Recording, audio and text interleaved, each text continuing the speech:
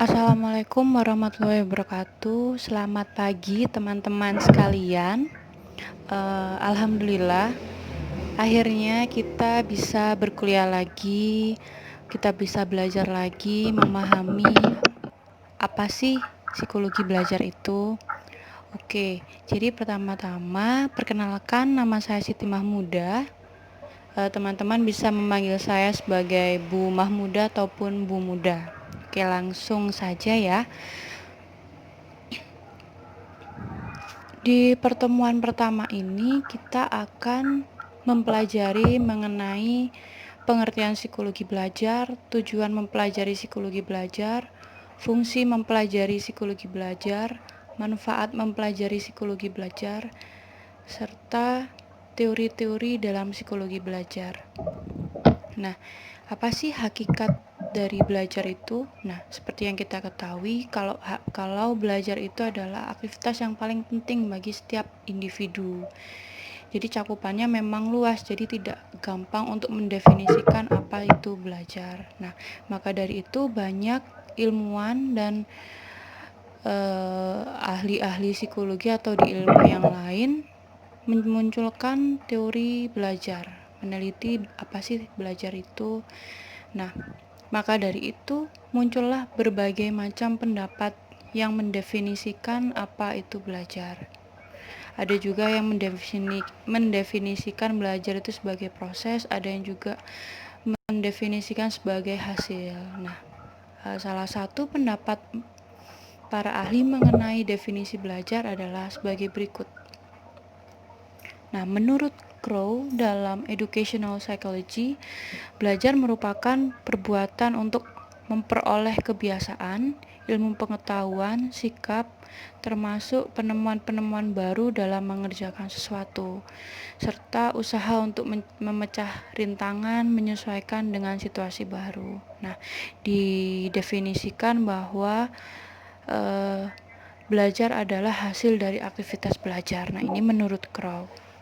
Sementara menurut Mekronbach dalam Surya Brata, belajar itu muncul sebagai perubahan perilaku yang berasal dari pengalaman. Nah, menurut beliau, belajar yang baik itu ditempuh melalui pengalaman secara langsung. Sementara itu, menurut Dictionary of Psychology, belajar memiliki dua definisi. Yang pertama, belajar diartikan sebagai proses untuk memperoleh pengetahuan. Sementara yang kedua, belajar itu muncul karena adanya perubahan kemampuan yang permanen yang akibat dari hasil latihan yang diperkuat. Seperti itu. Kalau di sini definisinya menekankan pada proses dan hasil belajar. Sementara menurut Gagne tahun 77, belajar adalah hal yang terjadi apabila situasi, stimulus, dan aspek kognitif mempengaruhi individu sehingga mengakibatkan perubahan perilaku dari waktu ke waktu. Nah, maksudnya ini belajar itu muncul karena adanya stimulus serta adanya perubahan dalam aspek kognitif seorang individu.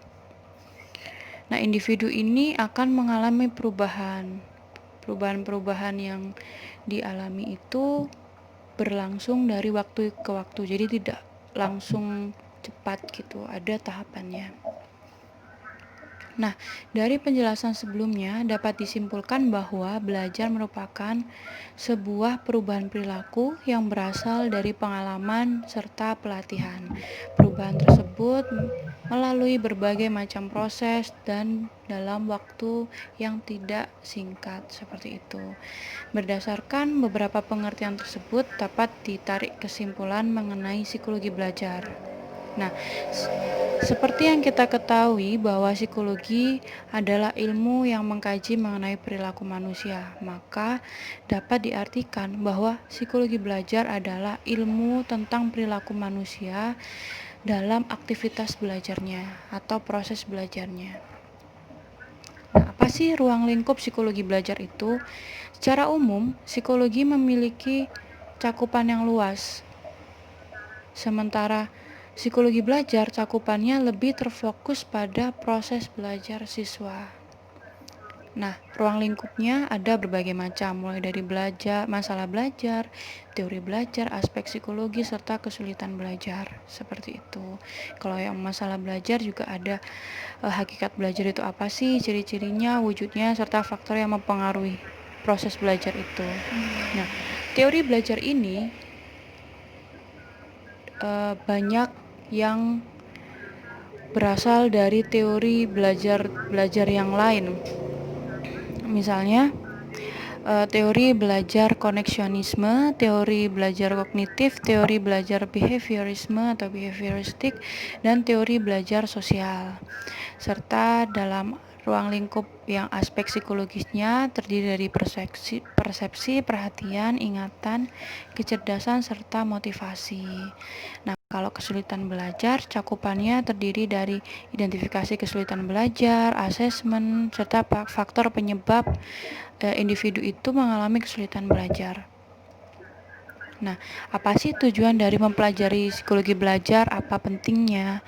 Nah, yang pertama itu kegunaannya adalah untuk membantu para tenaga kependidikan untuk lebih bijaksana dalam membimbing murid menjalani proses belajar. Jadi, tenaga kependidikan di sini bisa diartikan sebagai guru atau dosen ya.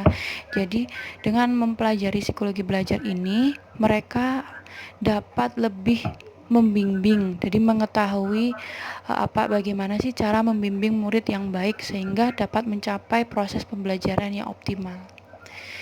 Tujuan selanjutnya adalah untuk membantu tenaga kependidikan menciptakan sistem pendidikan yang efektif, efisien dengan cara mempelajari menganalisa tingkah laku murid sehingga dapat mengarahkan ke arah proses yang lebih baik. Nah, di sini tenaga kependidikan apabila telah mempelajari tentang psikologi belajar, ia dapat menciptakan sistem pendidikan yang lebih baik. Sistem pengajarannya itu yang baik seperti apa?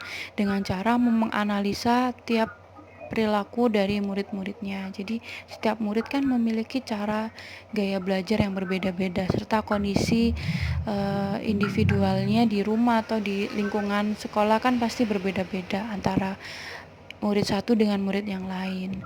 Dengan mempelajari karakteristik dan kondisi yang berbeda tiap individunya, tiap muridnya, maka tenaga pendidikan dapat menganalisa apa sih solusi yang baik yang dapat diberikan untuk mengatasi masalah individu tersebut. Nah, apa sih manfaat mempelajari psikologi belajar? Yang pertama adalah kita dapat memahami hakikat, ciri, prinsip belajar sehingga dapat menentukan sikap yang tepat terhadap aktivitas belajar anak didik atau murid. Yang kedua, mengetahui berbagai faktor yang mempengaruhi proses dan hasil belajar. Yang ketiga, menumbuhkan pemahaman secara holistik, secara menyeluruh terhadap murid, baik kelebihan maupun hambatan yang akan terjadi, sehingga dapat memperlakukan anak sesuai dengan kemampuannya. Dan yang keempat, mengembangkan proses pembelajaran dengan mengacu pada teori-teori belajar yang melandasi aktivitas belajar. Oke. Yang kelima dan keenam dapat dibaca sendiri di layar. Selanjutnya, apa sih fungsi mempelajari psikologi belajar? Seperti yang telah disebutkan sebelumnya, fungsinya adalah untuk menjelaskan, memprediksi, mengontrol, dan merekomendasikan proses belajar mengajar.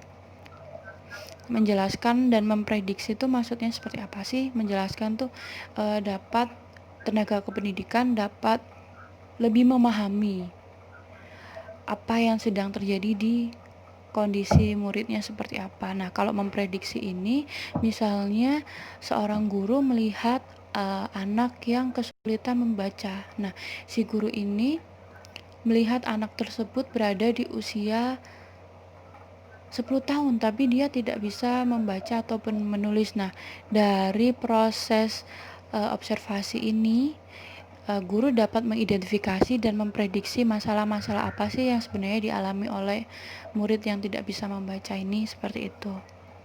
Nah, dari contoh permasalahan tersebut, guru dapat merekomendasikan apa sih cara yang dapat dilakukan untuk mengatasi masalah murid yang tadi. Seperti itu.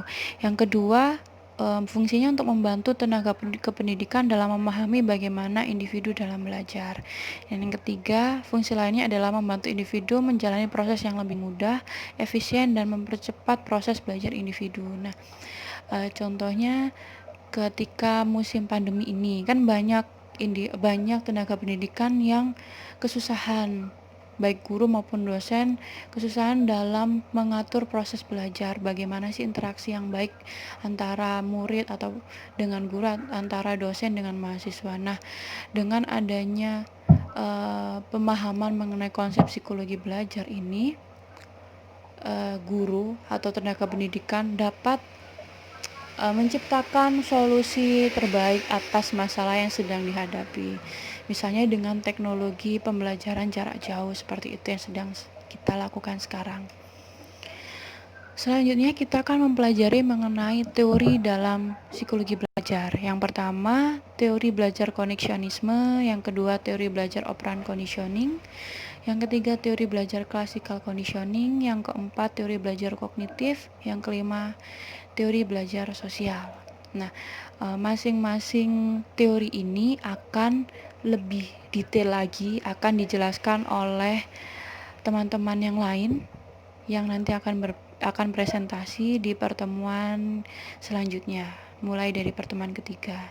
Tapi di pertemuan kali ini saya akan membahas dari teori belajar koneksionisme sampai classical conditioning, hanya summary saja, ringkasannya saja seperti itu. Yang pertama adalah teori belajar koneksionisme. Nah, tokoh dari teori belajar ini adalah Edward Lee Thorndike dan Clark Leonard Hull. Nah, yang pertama seperti yang digambar ini adalah Thorndike. Nah, Thorndike ini dikenal dengan teori koneksionisme yang dimana menurutnya belajar merupakan proses pembentukan koneksi-koneksi antar stimulus dan respon. Nah, teori ini juga disebut, teori dari Thorndike ini disebut juga teori stimulus dan respon. Nah, teori Thorndike ini muncul ketika tahun 1980-an. Nah, ia itu menggunakan kucing sebagai hewan uji cobanya. Kucing ini dimasukkan dalam kotak yang beruji yang dilengkapi oleh berbagai macam peralatan. Nah, dari hasil penelitian ini menunjukkan bahwa suatu organisme, dalam hal ini kucing, dapat mencapai hasil yang diinginkan melalui proses trial dan error. Seperti itu. Untuk lebih jelasnya lagi akan dijelaskan pada pertemuan selanjutnya, pertemuan ketiga. Nah, Thorndike ini juga dikenal dengan hukum belajarnya, yaitu law of readiness, law of exercise, dan law of effect. Selanjutnya ada teori belajar koneksionisme dari Hull. Nah, Hull ini menyatakan bahwa proses belajar bukanlah respon yang sederhana, melainkan adanya penguatan dalam pengembangan kebiasaan. Jadi memang proses belajar itu muncul karena terjadi secara berulang-ulang, tidak dalam waktu yang singkat, dalam waktu yang kurun waktunya yang lama, dan dengan adanya penguatan seperti itu. Selanjutnya adalah teori belajar operan conditioning dari B.F. Skinner. Nah, mungkin ada teman-teman yang pernah mendengar B.F. Skinner itu siapa. Nah, B.F. Skinner ini merupakan ilmuwan yang terkenal yang mempelajari tentang behavioristik. Nah, ilmuwan ini memandang bahwa objek psikologi bukanlah kesadaran, melainkan tingkah laku yang diteliti. Jadi adanya perubahan-perubahan gerakan badania yang observable seperti itu. Nah, Skinner pada tahun 1920 dia itu sering melatih sekumpulan burung dan tikus yang lapar. Nah, dia mengkondisikan hewan-hewan tersebut untuk mematuk atau memukul-mukul tombol dari alat yang dia bawa seperti itu. Jadi apabila hewan-hewan tersebut berhasil mematuk tombol tersebut, maka akan diberikan makanan. Jadi hewan-hewan tersebut dimasukkan dalam kotak, dan ketika hewan tersebut mendekati kotaknya, mendekati tombol, menekan tombol, maka hewan tersebut akan diberikan rewards. Rewards ini adalah makanan. Nah, setelah percobaan itu, Skinner lantas menyimpulkan bahwa satu-satunya cara yang efektif untuk menentukan hukum operan conditioning adalah dengan cara mengamati respon hewan yang berada di lingkungan yang bebas gangguan. Jadi hewan ini kan berada dalam sebuah kotak. Kotak ini ya sebut sebagai Skinner box. Jadi Skinner box ini adalah sebuah tempat lingkungan yang bebas gangguan, seperti itu. Nah, dalam Skinner box ini terdapat dua macam komponen, yaitu manipulandum dan alat pemberi reinforcement yang berupa wadah makanan.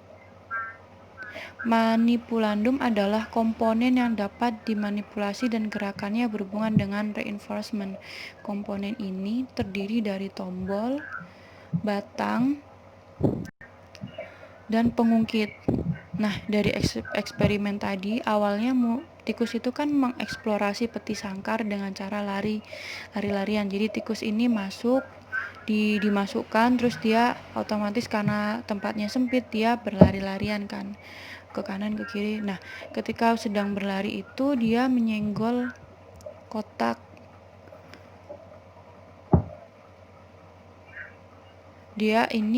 Si tikus ini mencakar-cakar dinding, lalu menyenggol-nyenggol.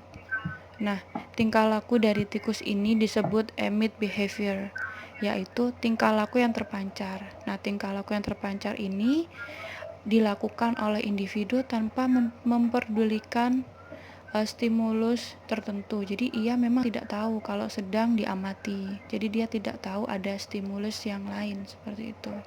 Stimulusnya ya berupa makanan, berupa tombol-tombol ini. Nah, tingkah laku tikus yang tadi yang sedang bergerak-gerak mencakar-cakar itu tadi akhirnya menekan pengungkit. Nah, jadi ini pengungkit, dia mencakar-cakar ini, lalu tanpa ia sadari akhirnya keluarlah makanan di sini. Sini ada makanan. Jadi makanannya akan keluar seperti itu. Nah, butir-butir makanan ini merupakan reinforce atau penguat bagi tikus. Nah, tingkah laku tikus ini yang terjadi secara berulang-ulang itu akan meningkat apabila dia dapat reinforcement. Jadi reinforcement ini adalah butir-butir makanan yang keluar di sini. Nah, kalau dia mendapat makanan kan otomatis dia merasa ingin dapat terus. Jadi perilakunya terjadi secara berulang-ulang, dilakukan secara berulang-ulang untuk memperoleh makanan. Nah, makanan ini adalah penguatnya. Seperti itu. Oke, selanjutnya kita akan mempelajari mengenai stimulus dari B.F. Skinner. Jadi dari penelitian yang dia lakukan, pengamatan yang dilakukan pada tikus ini, diperoleh teori atau konsep mengenai reinforcement dan punishment.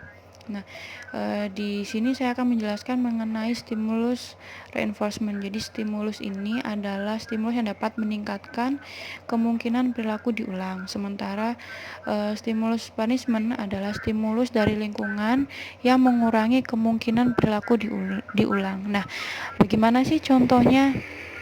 Jadi contohnya itu apabila seorang anak itu tidak mau mengerjakan PR. Nah, sebagai reinforcementnya, ibu memberikan makanan. Jadi ketika atau memberikan kue atau memberikan hadiah. Nah, ini adalah reinforcement atau penguat. Nah, ketika sebelumnya sudah ada perjanjian kalau misalnya anak tersebut mampu mengerjakan tugas, dia akan diberikan hadiah berupa makanan atau mainan. Nah, Kalau memang dia tidak dapat mengerjakan tugas, tidak mau mengerjakan tugas, maka dia tidak dapat hadiah tersebut. Nah, seperti itu. Itu adalah stimulus penguat. Sementara stimulus yang punishment adalah seperti ini. Misalnya seorang anak itu berangkat ke sekolah. Nah, karena dia itu bangunnya terlambat, dia akhirnya datangnya datangnya datangnya ke sekolah otomatis telat juga dong. Nah, karena dia telat itu dia dapat hukuman mengepel atau membersihkan kamar mandi dari pihak sekolah. Nah, stimulus ini disebut punishment. Jadi stimulus dari lingkungan ini dapat mengurangi kemungkinan perilaku diulang. Nah, apabila anak tersebut tidak ingin terlambat lagi, tidak ingin dihukum lagi, maka dia seharusnya tidak terlambat. Nah, seperti itu. Nah, stimulus ini akan mengurangi kemungkinan perilaku diulang. Perilaku ini apa sih ya? Perilaku datang terlambat itu. Oke, selanjutnya kita akan belajar mengenai teori belajar classical conditioning dari Ivan Pavlov. Nah, Ivan Pavlov ini merupakan seorang ilmuwan dari Rusia. Nah, Pavlov ini ahli behavioristik yang sangat berpengaruh, yang namanya sangat kita kenal sampai sekarang. Nah, Pavlov ini memiliki asumsi bahwa dengan adanya rangsangan tertentu, perilaku manusia dapat berubah sesuai dengan apa yang diinginkan. Nah, dari asumsi tersebut muncul karena Pavlov sebelumnya pernah melakukan berbagai macam eksperimen dengan hewan. Nah, dia sering menggunakan eksperimen dengan anjing. Nah, di gambar ini dapat diketahui bahwa ada 4 gambar ya. Gambar yang pertama, gambar kedua, gambar ketiga, dan gambar yang keempat.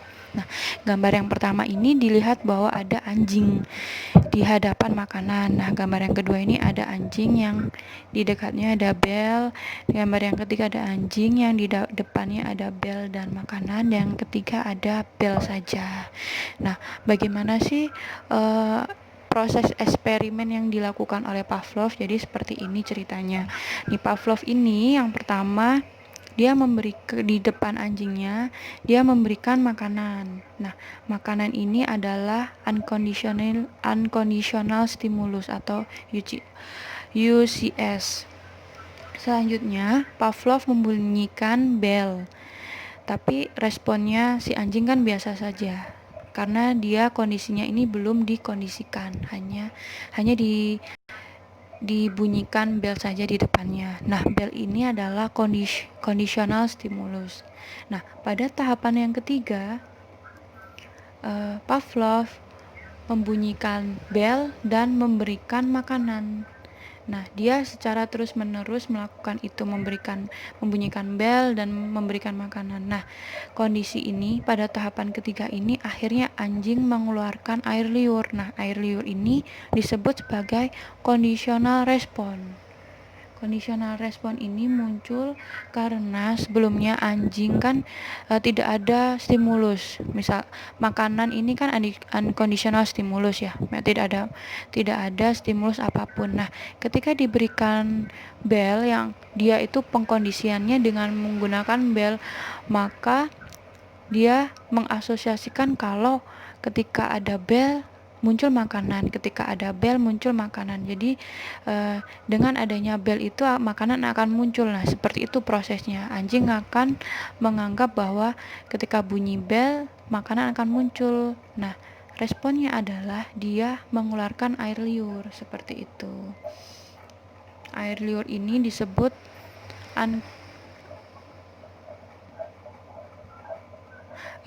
jadi kalau di tulisan ini kan tulisannya conditional response. Nah, sebenarnya air liur ini adalah unconditional stimulus, unconditional stimulus response.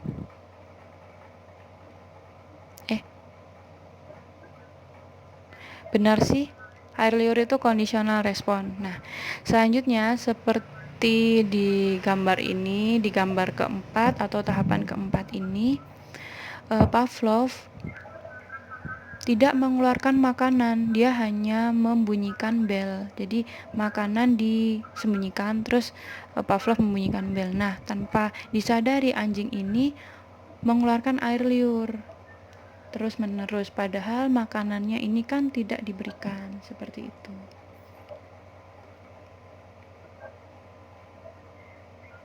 Nah, proses keluarnya air liur ini disebut conditional respon. Nah, ini benar, air liur tersebut adalah conditional respon. Jadi setelah ketiga perlakuan tadi dari gambar 1, 2, yang ketiga dan yang ketiga dilakukan secara berulang-ulang, maka muncul proses belajar dari anjing ini. Nah, proses belajarnya seperti apa sih? Nah, ketika muncul bel yang seperti ini, ketika muncul bel maka makanan muncul, makanan akan diberikan. Nah, ketika ini ada bel, otomatis dia sudah mengharapkan makanan itu muncul. Nah, air liur ini adalah respon yang berasal dari keinginannya dia untuk makan, seperti itu.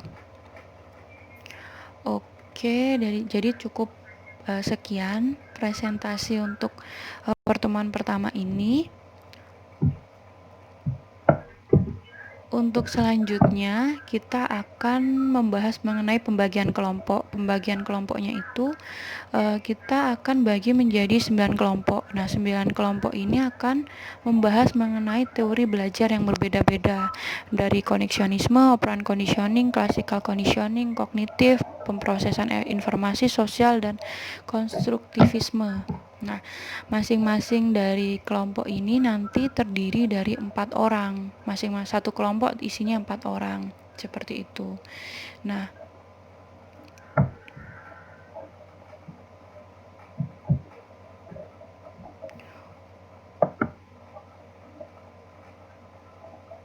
untuk pembagian tugasnya nanti teman-teman bisa mengisi di Google, mengisi di link yang nanti akan saya bagikan di kelas, seperti itu.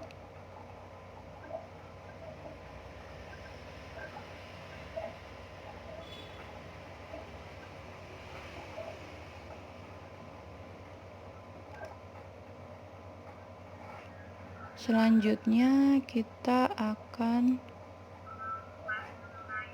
membahas mengenai tugas-tugasnya bagaimana ya, seperti apa cara mengerjakan tugasnya. Jadi nanti itu teman-teman bisa mengisi link yang akan saya berikan. Selanjutnya di link ini, di Google Sheet ini, nanti teman-teman akan memilih nomor kelompoknya. Nah, nomor kelompok ini menggambarkan urutan pembahasan teori belajar. Misalnya memilih kelompok 1. Nah, ini dia akan membahas teori belajar koneksionisme. Misalnya dia membahas teori, dia memilih kelompok 4, membahas mengenai classical conditioning dari Ivan Pavlov, seperti itu. Nah, nanti teman-teman ketika mengerjakan tidak hanya mengerjakan satu tugas, tapi mengerjakan 3 tugas, menyelesaikan 3 tugas. Jadi yang pertama adalah membuat makalah bab 1 sampai bab 3. Nanti formatnya akan saya jelaskan di akhir. Selanjutnya membuat video pembelajaran yang nanti diunggah di channel YouTube. Nanti akan saya jelaskan bagaimana cara mengunggahnya.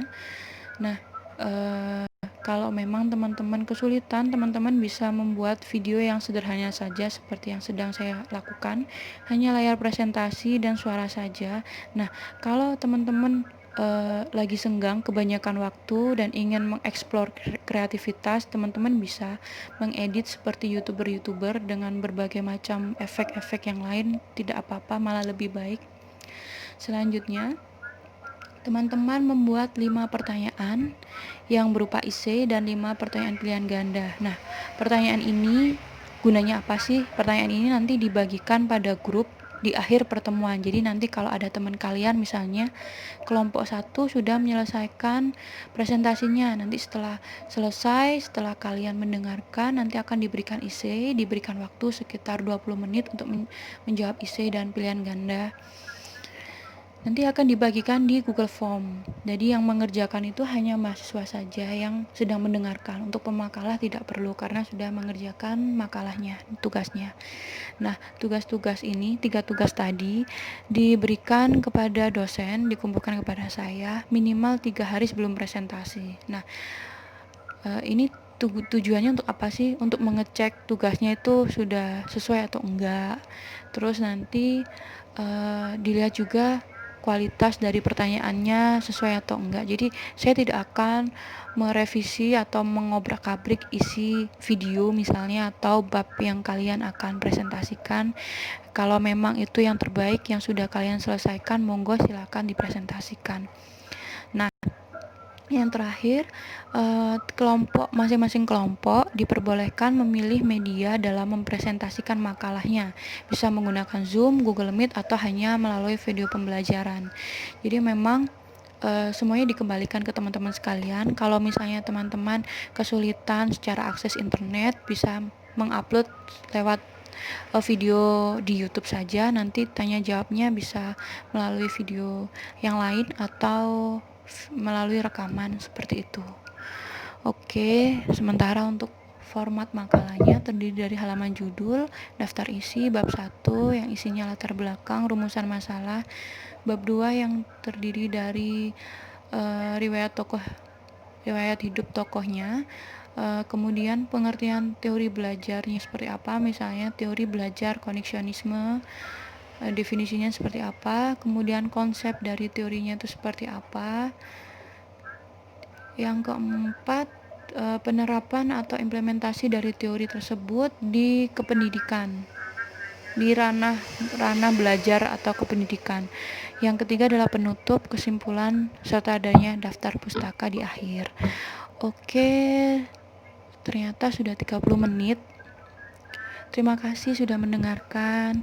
Selamat belajar. Mohon maaf apabila ada kata-kata yang tidak bisa difahami atau tidak dimengerti.